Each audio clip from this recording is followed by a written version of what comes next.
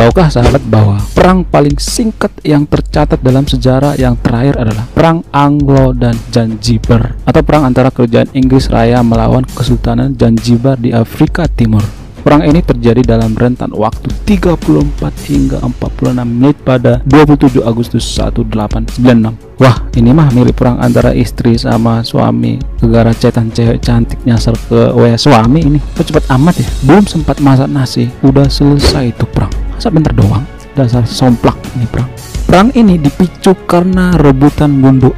Maksud saya karena kematian Sultan Hamad bin Tuani yang pro-Inggris pada 25 Agustus 1896. Dan kemudian tahta Zanzibar diduduki Sultan Khalid bin Ajaib, maksud saya bin Bargas. Namun Inggris lebih menyukai Hamid bin Muhammad untuk menjadi sultan baru di Zanzibar. Pangeran Khalid marah, berteriak sambil gigit-gigit batu bata dan memerintahkan pasukannya untuk membentengi istana kerajaan. Inggris kemudian mengumpulkan armada untuk mengepung istana. Kasihan juga ya, pakai dikepung segala, mana pasukan Zanzibar dikit lagi. Bedanya ibarat langit dan bumi.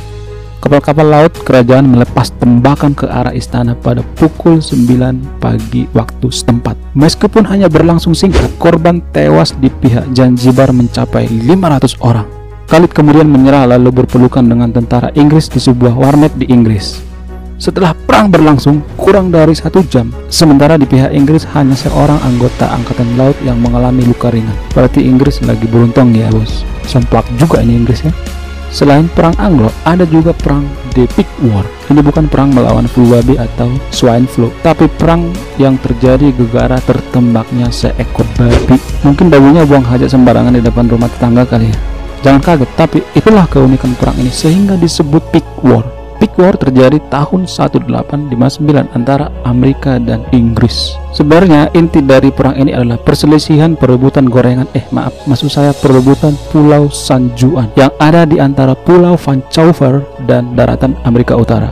Perang babi begitu dipanggil karena dipicu oleh tertembaknya seekor babi. Banyak sebutan untuk masa itu, antara lain episode babi, perang babi dan kentang, perselisihan batas San Juan atau perselisihan batas barat laut. Babi adalah satu-satunya korban perang membuat konflik ini tidak berdarah alias tidak ada korban jiwa manusia. Wah, nggak seru nih perang kalau nggak ada yang korban. Selanjutnya ada perang antara Belanda versus Inggris. Anehnya perang ini berlangsung selama 335 tahun, hampir mirip sama penjajahan Belanda di Indonesia. Namun anehnya tanpa ada korban perang walaupun 335 tahun lamanya. Dari 1651 sampai 1986 antara Belanda dan Kepulauan Kile, Southwest Coast of the United Kingdom. Namun peristiwa aneh ini tercatat sebagai perang terlama dalam catatan sejarah. Setelah perang ratusan tahun, akhirnya Belanda dan Inggris berdamai dengan saling traktir bakso, saling maaf-maafan maksud saya, dan ditandatangani perjanjian damai pada 1986. Selain perang tadi, ada perang Moldovan Transnistrian War. Kedua belah pihak minum bersama-sama pada malam hari dan berperang pada siang hari. Para perwira dua negara itu dari pagi sampai sore mereka berperang mati-matian, saling menembak membunuh satu dengan yang lainnya. Namun malamnya mereka bertemu bersenang-senang mabuk bersama. Maklum saja mereka sebelumnya sudah saling mengenal. Hanya karena akhirnya negara berbeda karena kejatuhan Uni Soviet membuat mereka bermusuhan demi negara yang mereka bela. Mereka bermusuhan di siang hari, tapi pertemanan tetap berjalan pada malam hari. Somplok juga ini tentara ya. Dan satu lagi ada perang antara manusia dengan hewan, yaitu perang Emu War. Australia kalah perang terhadap burung. Emu War juga dikenal sebagai Great Emu War. Perang ini tak kalah anehnya, di mana operasi militer dilancarkan untuk melawan kawanan burung. Perang aneh ini terjadi tahun 1932 di Australia Barat. Pasukan militer Australia masih di bawah Inggris dipimpin Mayor Meredith. Sampai-sampai pakai mayor segala ya, cuma perang sama burung doang. Kenapa nggak pakai jenderal sekalian? Terus dikasih piagam kayu berbentuk burung sesudah perang. Keren kan? Tercatat bahwa para tentara menggunakan senapan mesin Lewis dan menghabiskan 10.000 selongsokan peluru. Namun perang ini sia-sia karena burung yang ditembaki itu berhasil melarikan diri. Loh, kok melarikan diri? Berarti mata-mata atau intel dari burung itu sudah memata-matai tentara Australia sebelumnya ya. Somplak juga ini burung. Dengan kecepatan 50 km per jam atau 30 mph, burung-burung ini sebagian besar berhasil menghindari serangan peluru dari senapan mesin. Namun begitu diperkirakan ada sekitar 20.000 burung terbunuh. Wah, kasihan juga ya si burung bapak tadi.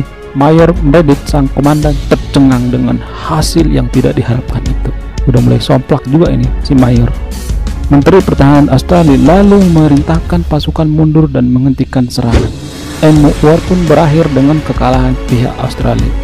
Dan perang konyol yang terakhir ada pada perang sepak bola, guys. Namanya Football Day War. Perang ini dimulai perang antara El Salvador melawan Honduras tahun 1969. Ini disebut sebagai perang sepak bola karena bertepatan dengan berlangsungnya babak kedua kualifikasi Piala Dunia 14 Juli 1969.